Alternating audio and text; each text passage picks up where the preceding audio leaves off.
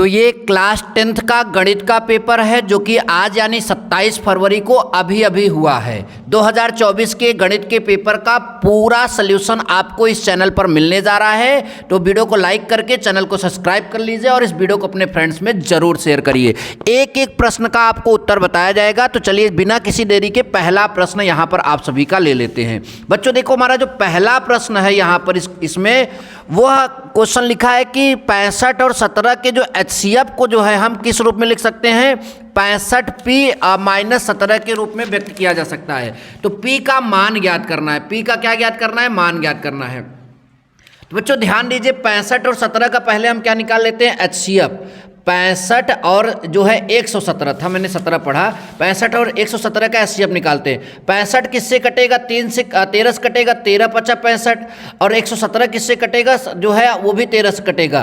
तो ये आपका कितना हो जाएगा? 13 गुणते 9, 13 9 117। अब बच्चों दोनों में 13 13 आपका क्या है? कॉमन है। तो यही जो है आपका क्या हो जाएगा? HCF। और क्वेश्चन में 65P माइनस 117 के रूप में जो है उसके HCF को व्यक्त किया गया है। तो यानी ये जो 13 HCF आएगा वो 65P minus 117 is equal to कितना हो जाएगा? 13। कितना हो जाएगा? 13। ध्यान दीजिए, ये माइनस में उधर जाएगा प्लस में। तो 65P is equal to 13 plus कितना हो जाएगा आपका? 117। तो ये आपका 65P इज इक्वल टू 117 और 13 कितना हो जाता है आपका?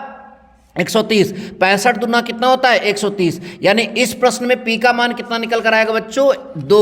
तो P का मान यहाँ पर कितना होगा? 2। इस लड़की ने यहाँ पर जो है, इस लड़के ने 3 लगाया जो कि गलत होगा। यहाँ पर आंसर कितना निकल कर आएगा? 2। आई होप कि आपको ये बहुत अच्छे से समझ में आ गया। बच्चों दूसरा प्रश्न हम लोग देखेंगे जो कि त्रिकोणमिति से है। बहुत ही सरल होगा। ध्यान से देखिए, एक एक प्रश्न यहाँ पर आप सभी को सॉल्व करा कर दिखा रहे हैं। तो क्या लिखा है? 2 10 45 डायरेक्ट मान रखेंगे। 10 45 का मान 1 होता है, प्लस 1 प्लस फिर 10 स्क्वायर 45। तो फिर 10 45 का मान 1 रखेंगे तो स्क्वायर कर देंगे। तो 2 1 का कितना होता है? 2। और ये आपका 1 का स्क्वायर 1 और 1 में 1 जोड़ेंगे कितना हो जाएगा? 2। 2 बटा 2 का मान कितना आएगा? 1। तो 1 इस ऑप्शन में जरूर कहीं पर लिखा होगा। ये इसका आंसर इसने भी सही मारा है। अगला बच्चों हमें 15 18 और 24 का लस तीनों ये जो आपके यहाँ पर दिए गए हैं, ये जिसको काट देंगे वही इसका लस होगा। 15 जो है 360 को काटेगा, 18 भी काटेगा और 24 भी काटेगा। ठीक, इसलिए 360 इन सभी संख्याओं का क्या होगा? लस होगा। अच्छा बच्चों, अगला जो है सरलतम रूप 148 और 185 का सरलतम रूप हमको लिखना है। तो 148 और 100 कितना लिखा था आपका? 85 का सरलतम रूप हमें यहाँ पर निकालना है। तो देखते हैं किससे कटेगा। तो ये आपका देखिए, ये ऊपर वाला जो है 148 और नीचे वाला आपका क्या है? 185। तो बच्चों इसमें जब आप 148 में 37 का पहाड़ा पढ़ेंगे तो 4 बार जाएगा और इसमें जब 37 का पहाड़ा पढ़ेंगे तो 5 बार जाएगा। तो आई होप कि आपको यह प्रश्न भी बड़े अच्छे से समझ में आ गया। आइए नेक्स्ट प्रश्न की ओर चलते हैं। अगला क्वेश्चन हमारा है कि P के किस मान के लिए जो है ये दो समीकरण आपकी संपाती रेखाएं निरूपित करती हैं।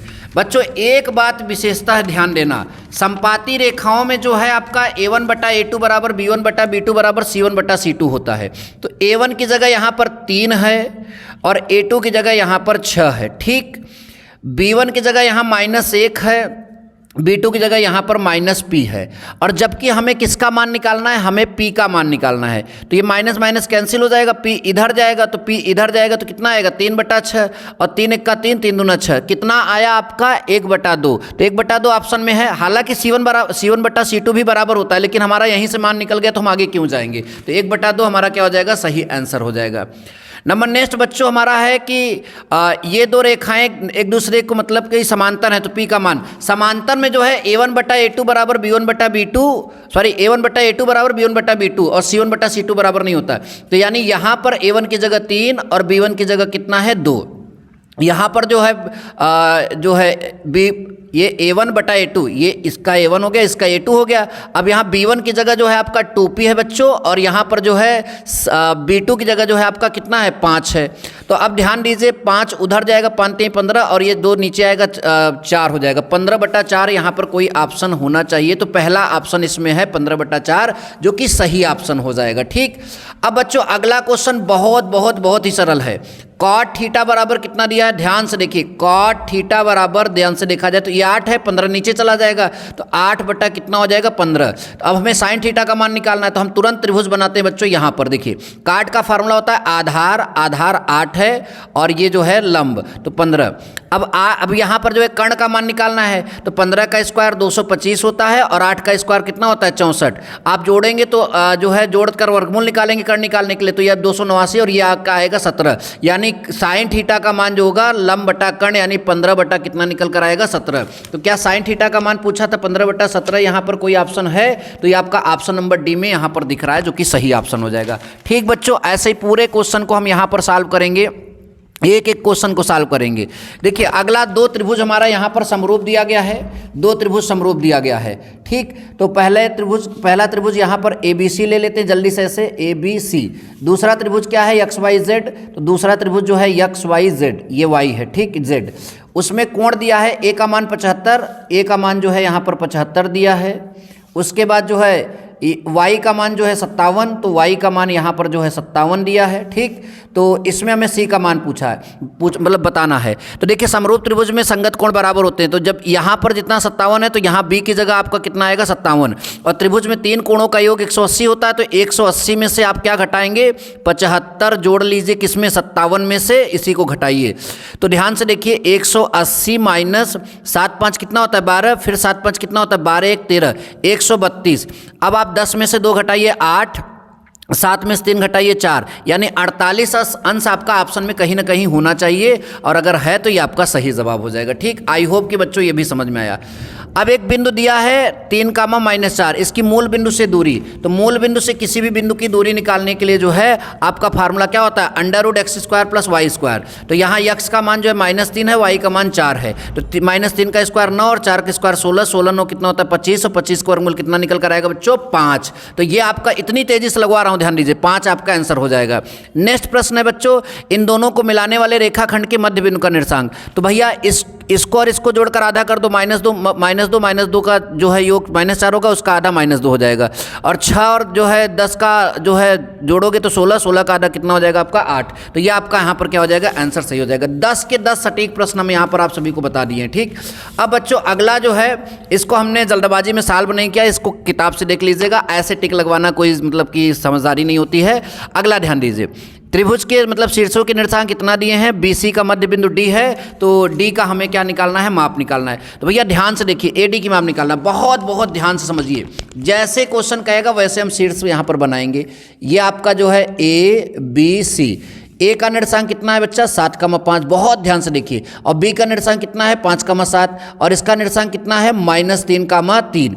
अब कह रहा है कि BC का मध्य बिंदु D है, तो ये मध्य बिंदु यहाँ पर D बना देंगे, तो इसी AD की माप ज्ञात करना है। तो भैया मध्य बिंदु का निर्देशांक निकालने का फार्मूला क्या होता है, इसको जोड़कर आधा कर दो, 5 में -3 जोड़ोगे 2, 2 का आधा कितना हो जाएगा 1, फिर इसको जोड़कर आधा कर दो, 7 3 10, 10 का आधा कितना हो जाएगा 5। अब इसका माप निकालने का मतलब इन दोनों के बीच की दूरी, और दो मतलब बिंदुओं के बीच की दूरी का फार्मूला होता है x2 - x1 का होल स्क्वायर, यानी 7 में से 1 गया 6 का स्क्वायर, और यहाँ पर y2 - y1 का होल स्क्वायर, ये भी आपका 5 है, वो भी 5 है, तो 0, 6 का स्क्वायर 36, 36 का वर्गमूल जो है कितना होता है 6। तो यहाँ पर आपका कितना निकल कर आएगा 6 मात्रक, ये बात ध्यान दीजिएगा।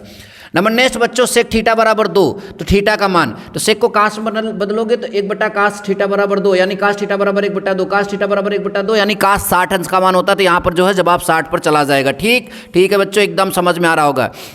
Cosec square theta minus cot square theta into 1 minus cos square theta का मान जो है हमें यहाँ पर फाइंड करना है।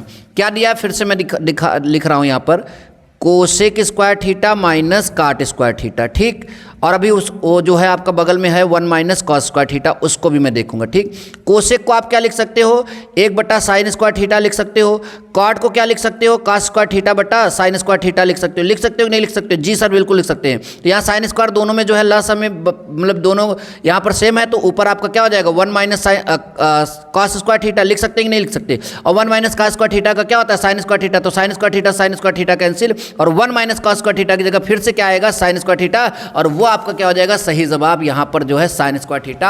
ऑप्शन नंबर डी जो है करेक्ट ऑप्शन जा रहा है। अच्छा बच्चों, अगला क्वेश्चन है, एक लंबवृत्तीय बेलन के आधार का क्षेत्रफल 9 पाई r स्क्वायर है, तो इसकी त्रिज्या बताइए। आधार वृत्ताकार होता है तो उसका क्षेत्रफल पाई r स्क्वायर बराबर क्या है 9 पाई r स्क्वायर, तो पाई की जगह पाई 9 पाई स्क्वायर था ना, सॉरी 9 पाई 9 पाई केवल था। तो पाई से पाई कैंसिल हो जाएगा, R square is equal to 9, तो आर का मतलब इसका वर्गमूल निकालेंगे 3, तो यहाँ पर 3 जो है आपका पहला ऑप्शन होगा जो कि सही हो जाएगा। नंबर नेक्स्ट बच्चों, 4 सेंटीमीटर त्रिज्या वाले वृत्त के अंतर्गत खींचे जा सकने वाले वर्ग का क्षेत्रफल। देखिए 4 सेंटीमीटर हमारा जो है ये वृत्त हो गया, इसके अंतर्गत एक वर्ग हमको बनाना है। क्या बनाना है? एक वर्ग। हालांकि ये जो है एक सही वर्ग नहीं बन पा रहा है, एक बात ध्यान दीजिएगा। तो फिर से एक मतलब यहाँ पर बनाएंगे, एक 4 सेंटीमीटर त्रिज्या का वृत्त है, यहाँ पर जो हम एक क्या बनाना चाहते हैं? एक वर्ग बनाना चाहते हैं। ध्यान से समझिए, एक वर्ग बनाना चाहते हैं। तो ये जो वर्ग का विकर्ण है वो वृत्त के केंद्र से होकर जाएगा बच्चों। वृत्त के केंद्र यानी वृत्त की त्रिज्या का 2 गुना जो है वर्ग का विकर्ण आएगा, यानी विकर्ण d इज इक्वल टू 2 गुणित r, 2 गुणित त्रिज्या, और त्रिज्या कितना भैया? 4 सेंटीमीटर, यानी वर्ग का विकर्ण कितना आ गया आपका? 4 जो है कितना था? 4 दूना 8 सेंटीमीटर आपका जो है वर्ग का विकर्ण आ जाएगा। अब बच्चों एक बात ध्यान दीजिए, वर्ग के विकर्ण का फार्मूला जो है ये देखिए पूरा आपका 8 सेंटीमीटर आ गया। विकर्ण का फार्मूला होता है a√2 बराबर यहाँ पर 8 सेंटीमीटर, ठीक। तो a इज इक्वल टू कितना हो जाएगा? 8/√2, यानी ये वर्ग की भुजा है, और यहाँ पर क्या निकालना है? वर्ग का क्षेत्रफल। तो आपको पता है कि भुजा का स्क्वायर कर देंगे तो 8 का स्क्वायर 64, अंडर√2 का स्क्वायर करेंगे तो 2 हो जाएगा, 2 से काटेंगे कितनी बार जाएगा? 32 बार। तो ऐसा कोई ऑप्शन जरूर होगा, यहाँ पर 32 सेंटीमीटर स्क्वायर जो है सही ऑप्शन हो जाएगा। बच्चों इसका अभी हमने सॉल्व किया था तो आंसर आया था, अब चूंकि बड़ा सॉल्व है इसका हमने अभी सॉल्व किया है तो 6.6 इसका क्या आएगा? आंसर आएगा। आई होप कि आपको यह वाला प्रश्न भी बहुत अच्छे समझ में आ गया। नंबर नेक्स्ट बच्चों, एक पासे को एक बार फेंका जाए तो अभाज्य संख्याओं के आने की प्रायिकता। तो बच्चों पासे में अभाज्य संख्या क्या क्या होती है? 2 होती है, 3 होती है, जो कि अभाज्य होता है, किसी से नहीं कटता। बाकी सभी संख्याएं जो हैं भाज्य होती हैं, और एक ना तो भाज्य होता है और ना ही अभाज्य होता है। तो 2 और 3 यहाँ पर आपका जो लेना है, 2 और 3, और शायद 5 भी है। जी हाँ, 2, 3 और 5, 2, 3, 5 यहाँ पर अभाज्य संख्याएं हैं। तो 3 अभाज्य संख्याएं, और कुल संभावना कितनी है? 6, तो 3/6 यानी 1/2 यहाँ पर क्या आ जाएगा? आपका आंसर आ जाएगा। तो आई होप कि आप सभी को समझ में आया बच्चों ये भी, ठीक। नंबर नेक्स्ट है कि किसी आवृत्ति वितरण का माध्य इतना है, माध्यिका इतना है, तो बहुलक ज्ञात कीजिए। इसका फार्मूला ही मैं भूल गया हूँ इस समय, कभी कभी छोटा फार्मूला भी भूल जाता हूँ, तो इस पर टिक मारा है, आप इसको देख लीजिएगा, ठीक। नंबर नेक्स्ट, प्रायिकता निम्नलिखित में किसी घटना की प्रायिकता नहीं हो सकती। कभी ध्यान दीजिए, कभी भी किसी घटना की प्रायिकता 1 से अधिक नहीं होगी, और 4 में 3 से भाग देंगे तो 1 से ज़्यादा आ रहा है, यानी ये जो है 1 से अधिक प्रायिकता नहीं हो सकता। तो आई होप कि आपको ये पूरे प्रश्न समझ में आए हैं। अब आप वर्णनात्मक प्रश्नों में ध्यान से यहाँ पर देखिए। वर्णनात्मक प्रश्न अभी यहाँ पर हम डायरेक्ट सॉल्व नहीं कराएंगे। अगर आपको चाहिए वर्णनात्मक प्रश्नों का वीडियो तो आप कमेंट कर दीजिएगा, और अगर आप जो है अगले साल के बोर्ड एग्जाम की तैयारी कर रहे हैं तो आपके लिए पेपर देखना बहुत ज़रूरी है। देखिए कॉट की वैल्यू दिया है, तो यहाँ पर इतना बराबर से सिद्ध करना नहीं, सेक और जो है कोसेक का मान त्रिभुज बनाकर निकाल लेना चाहिए, ठीक। तो ये प्रश्न है, आप इसको देख लीजिए। अगर आप कहेंगे तो वर्णनात्मक प्रश्नों का भी आंसर आप सभी को ज़रूर दिया जाएगा, ठीक। इसके बाद ये 4 नंबर के प्रश्न हैं जो कि बहुत ईजी आए थे। इतने ईजी प्रश्न बहुत ही ईजी हैं, बहुत, जितना कहा जाए उससे कहीं कम जो है ईजी है, ठीक। ध्यान दीजिएगा। ये माध्यिका निकालने का टेबल दिया, कितना सिंपल क्वेश्चन आया, बहुत सिंपल आया, ठीक। ध्यान दीजिए। और ये आपका अगला जो है 6 नंबर का तो मज़ा आ गया भैया, ऐसा क्वेश्चन मैंने पहली बार देखा। इस तरह के क्वेश्चन अगर आप चाहेंगे तो इसका देखिए, हमने ऑप्शनल प्रश्न कितना तेज़ी बताया, तो आप समझ सकते हैं ये भी प्रश्न हल हो जाएंगे। और ये आपका है, ठीक। और उसके बाद लास्ट में ये जो है 2 और क्वेश्चन है। तो आई होप बच्चों आप सभी को ये प्रश्न बहुत अच्छे समझ में आया। ऐसे और वीडियो के लिए चैनल को सब्सक्राइब कर लीजिए। मिलेंगे नेक्स्ट वीडियो में। Thank you so much. जय हिंद, वंदे मातरम।